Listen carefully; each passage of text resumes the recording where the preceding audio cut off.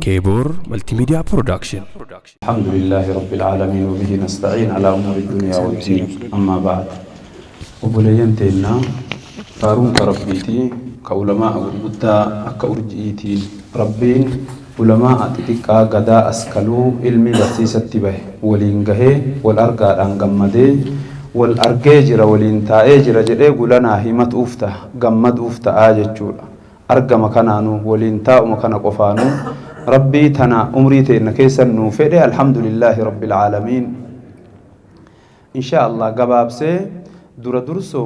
غافي هغا سديه أفوري تكا قفا قباب سي علماء تكينين دكاترة كينين هيو تيرو إيراف متأنو لنجيلي غرغرا فرطان كنين بربوسي كأي ياد أما جران تنتس ديبي آججو سنكسا كيف يتزايد العالم العلم نمني وابرسيسو كعالماتكو أكمت علمي دبلته قلديمو دندعا وروني هجتوني موتما دبلوم عن سيناني ديجري تركان فتاني بروفيسر مت إجتاني من دان دبله صدركان دبله بكمسي دبله كتاني آخر الرابو آجرا عالمني أمو يو غاف در حديث قفا برسيس انتاي إما فقهي إما لغة إما قرآن قفان يو جلقبه أجمر قفا جرات آجرا مي عالم تتشكن حلقات أور ونو درة أكم قرأي افت أورا مال نوهي من بيكتوني كنين أكم قرأي افت أورا وفو أكم قرأي ججيرا هلاك أمنا موسي أتكا هدامني برسيسا فقاتيني حقا إسا تمرا والسلام جنة بكمتنا تاؤو قفا وان جدو غافي أدى دريك إنين كنيني إيسا ججور إسا لما تاتي عالمني وابرسيسو غنمني إسا قلقل إسا برسيسا دا كيف يكون الداعي المؤثر في القوم دائي حواسا كيسوا أسرو دندو أكم تهيتا عالمني دعوة أنتولا دعوة قد أمي أكمي قد مدرسة موفيق قفا هم بولا اتباريت جماعة برسيسي برو اللي افتان اللي جماعة مقفة برسيسي حواسا نوبا اولين أرغو يو جارتين هدوتات يو ترما يو ايقاتي قدي والأرغ مالي جارتمانو والأرغو اللبو تأودن دا أكمتي عالمتك داعي مؤثرة متجولة حواسا أكبو تأودن دا نوها إبساني إسان غافتشو كجيلي جتشو غافي صدفات نمني عالما كوابرسيسو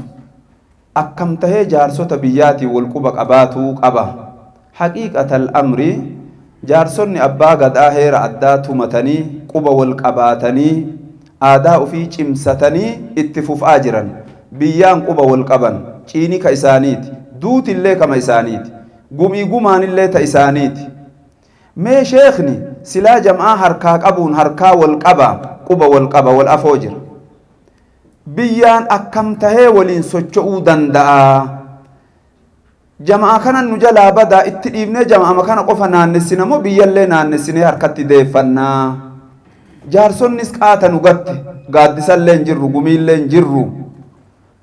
سلا أمري مرتو علماء ديمو قبد جتشانو قراسيس آجراني أمري نهركا بات تقادسا أكم قوني أك هركت ديفنو هم برباچي سيوتي ملنو هادايان هم برباچي سو جماعة مكان چمسا قبايو جران اللي أرها جران جتشو برباد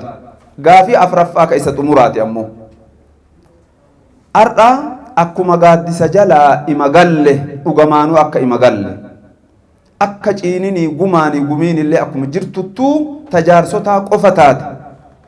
شيطيچايو أتا اتهاجا من غافا نكاها ويتي في غافا نما دعا قفا فرد متانا ويفدني يابساني تلا إرقباني يو بكسان غيسو تاتي مالي حقيقة الأمر إمي جبان إسا غافتني اتبولاني أفندورا كاي آجران ولين أرقاجرا ميت إلا أنه الحمد لله قداكنا مشايخ كينين قرقودة ربي أمرين وهاليرسو أكا شيكوتا كين هاج يوسف مشايخ أكا قدين أرسيلي تاتيف غربيرو اللي جران ريف قرقودة كان واجل قبون جرتي اسم مان تنوين لافي من نهار بوتي مؤكم وانجر أفرفت يو اسني سيني بيرو موتم ماتو شيكني أكم قرأ اتسكي لدتاؤ دندعا بلشمان قبل اللي أكوامي اتمرياتو يو جباتي كآناتو أكتمرياتو يو جمي كمان قديناتو namni mashaayikaa kun biiroo mootummaa tanaan duydaaf garaa ta'ee jiraachuu qabamo waltajjii mootummaa isa yaamtii isa maqaa dhooftii beekaa gandi sun sheekni kun nu qaba jedhee waan sodaatu waan laallatu qaba akkas ta'uu qabna moo itti dhiifnee masjidaa fi jama'aa qof laallanna waan jedhu dubbiin tun xiinxallaa dheeraaf hayyummaa dheeraa nu hajamsiifte qabxii afurii kan akkam godhanii nu barsiisa waan jedhu isaan bira buusee bira ce'aa jechuudha. Gara mata duree isaan eegalaniititti yoo deebi'u yeroo qusachaaf jecha kiyya ariifadha.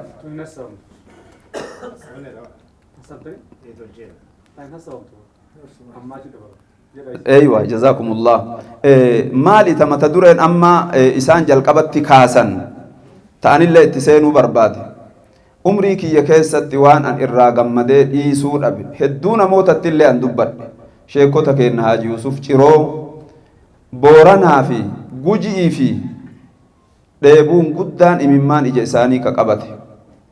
asii Koyiraa jedhaniini xumura Gujii tanaa Gujii lixaa dhayin'eet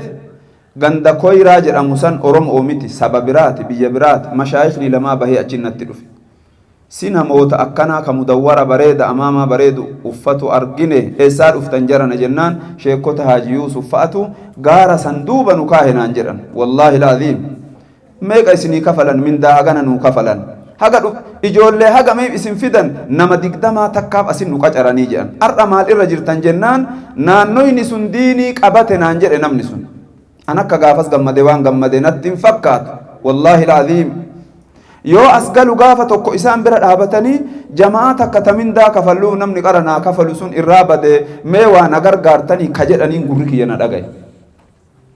isaaniin jedhanii bara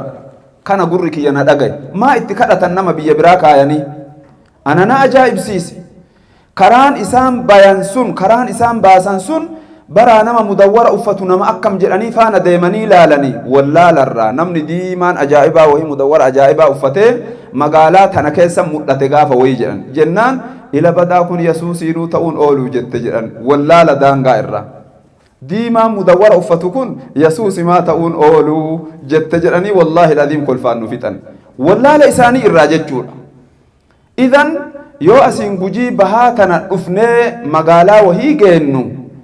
ilmaan isaan achi sheeka qacaranii fi qaraasisantu qur'aana khattamee gandi sun jalaabii baa niqaaba ka uffate argine ajaa'ibne namni dhayxanii eebbiftanii yookaan ijaan argitanis jiraachuu dandeettanii jechuudha. Maaliif kana jedhe ta'athiirri isaan godhan sun hasaasa yoo dhayxan nama 200 agartan kifilii dheeraa warrummaan masjida saniillee haa barakatu hasaasa haa barakatanii mataa miilatti dubbii dhugaa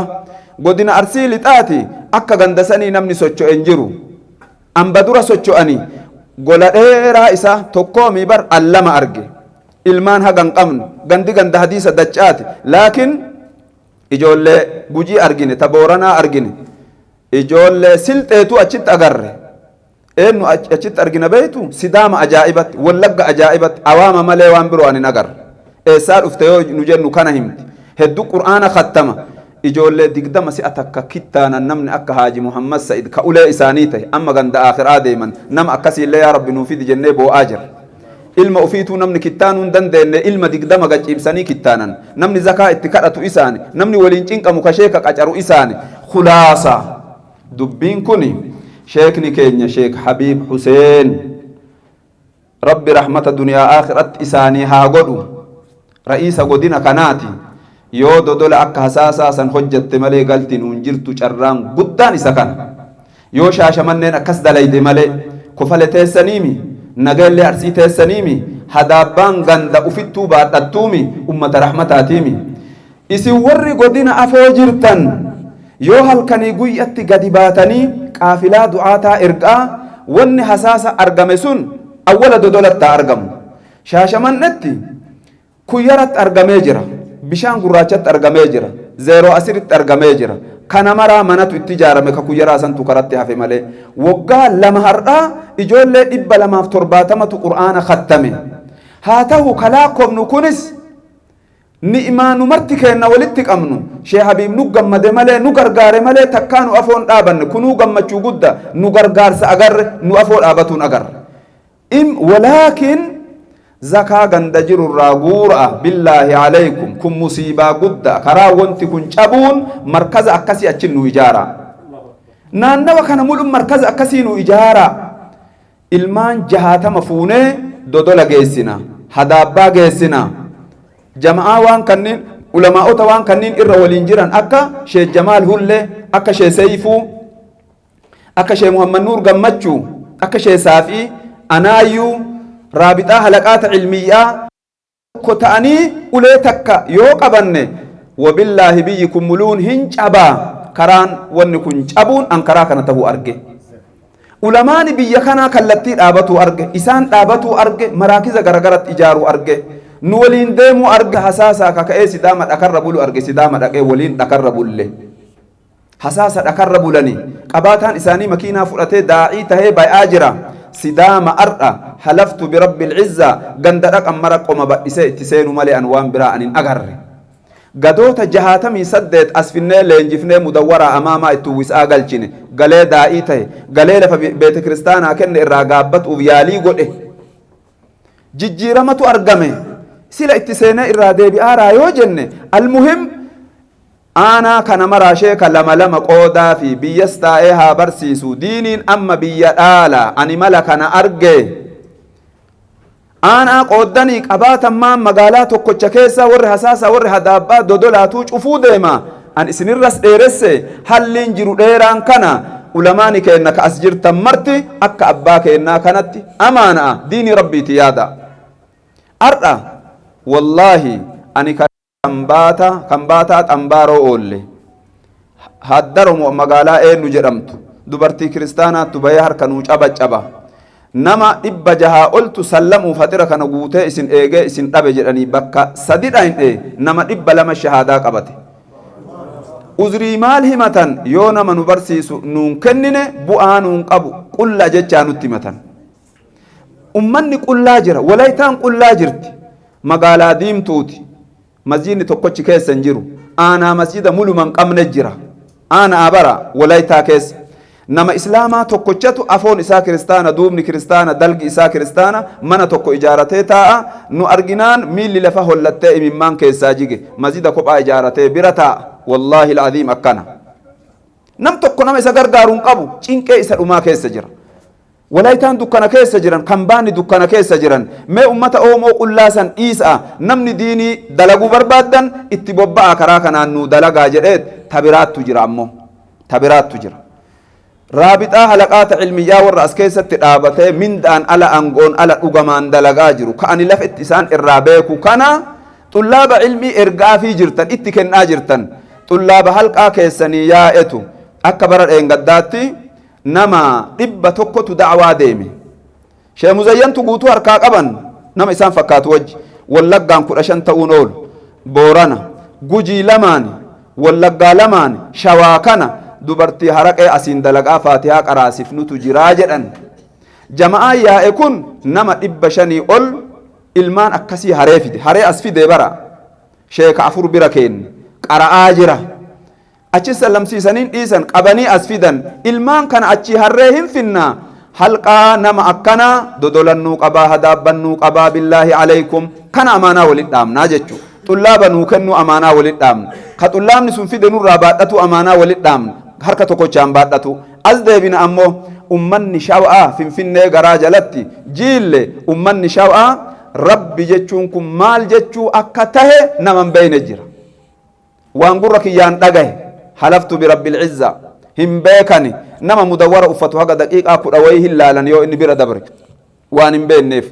eentu nurraa fudhata ulamaani hadaamaa amaanaa asittaa fudhatu diinii kana bifa kanaan oofu shawaa hin fudhanna jedhanii amma waadaa haaseenan ulamaa gugurdatu jira hadaamaa warri finfinnee nurraa haa fudhatu achiin karrayyuu haa dabalatu qabii itti qabna pheenxeen qaata qabii itti qabde xiyyaaraan balali'anii achi irratti bu'an hin jenne ka yahudaan xiyyaaraan balaliitee dhufuu dhabdu ati biyya tante tana keessatti ummata qullaa yoo hin dhaqqabne yoo shawaan dhaqqabne yoo sidaaman dhaqqabne boru amaama rabbiitiin maaluma himanna yaa ummata al-islaam ummata kana adda qoodamna finfinneef warri hadaamaa akka jirani shawaa wallagga du'aga duubasii nurraa haa fudhatan keessa haa naannayan nus gamana warri godina arsii lixaa ra'iisan keennaan tokko taanee Sheekh Habib Rabbi rahmata isaanii haa godhu qaafilaa akka aanotaatiin isinii ramadanaan jedhan gaafa tokko ajaa'ibatti itti gammade asii haga Suudaanii Keeniyaa dachiin qulla'a ani saba islaamummaa matanan beeyne masjidan beeyne saba kiyya keessa islaamni hin jiru wallaahi nama naan jedhe arge namni tokko doktora achi nakaahe naan jedhe saba diraashee jedhamtu diraashee yaadattan ustaaza keenya kararratti nama afurii shahadaa qabsiifnee bira tarra warra keenna wali isinii qabnaa nuddacha'aa nuun jedhan yaqiinaan baraa nuddacha'aa jedhani hagana dharra'anii nu qabani dachiin tummuluun haga asii jimma baatu Keeniyaa Suudaanii meedaan qullaa yoo itti bobbaane pheenxee caalla jennee galchine gaafa nu faana dhaan ettuma nuu tahe irraa isinii bu'a biyya kana walii haa qoonnu amaanaa kulliin ulamaa halqaa xullaaba da'waa godhi jedhii ergi atillee yoo dandeette faanaa bay akka faanaa baanee dandeennuun waan barnoota asi kennannee wassalaamu alaikum warahmatullaahi wabarakaatuh afwan xawwaltu alaikum